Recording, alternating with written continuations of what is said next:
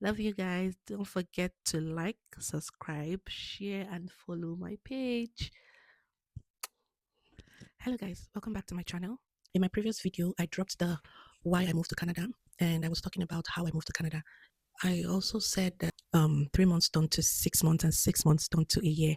And I'm not even kidding. That was the most challenging time of my life. When I came to Canada in January, because my consultant was like, get one foot in the door first, meaning come in first and start schooling, and then we apply for the visitor's visa for your husband and your child, which made sense at the time. And when I got into Canada in January, we applied for a visitor's visa for my husband and my child.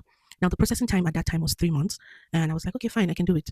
In March, almost the last week of the 3 months for the processing time, we got a call from our consultant and I got the bad news. She said, oh, I'm sorry, the visa was denied.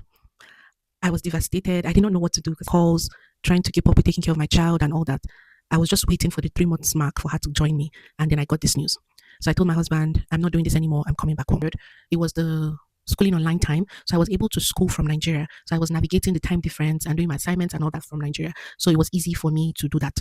So we strategized and we figured that we should apply for. So I learned the hard way. So guys, honestly, like, do not make this mistake if you are in my shoes and trying to come to Canada. I know there's a lot of new rules and all that, but please don't make this mistake because it was later on we figured out that what we should have done initially was just apply for an open work spousal permit for my husband and a visitor's visa for my daughter because that would have worked perfectly. As a student, your husband, your spouse is allowed to come and work. And so that visa would have been perfect for, what we were trying to do. Remember, my daughter's visa will be out, so I'll go with her once. But the time was fast approaching and it was not coming out. We wrote lots of letters to IRCC. I wrote to the MP, explaining to them how I really needed to be with my daughter. She was young and everything, but nothing worked. I remember September was fast approaching and I was dreading, I was scared. But anyways, I was determined to, you know, complete the journey because I had already started it and I'm like, I have to complete this journey because I know that nothing good actually comes easy. So back to Canada.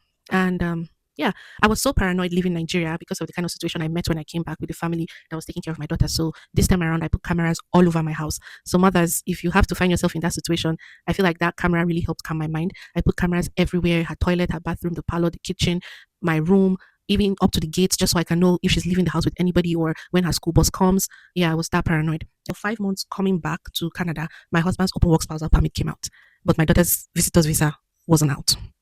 So now we were caught in between again the dilemma of should my husband come, come first and leave my daughter behind with her grandma, and like when hers come out, she joins us. One of us come back and get her. Yeah, that's like this story is a long one for me. And I'm going to be giving you guys every bit of it. I'm going to be telling you guys how it ended, how we finally reunited as a family, the emotional, roller coaster we went through, how far I've achieved in this Canada, despite everything that went on. And yeah, just basically giving you guys the tea on how everything came about.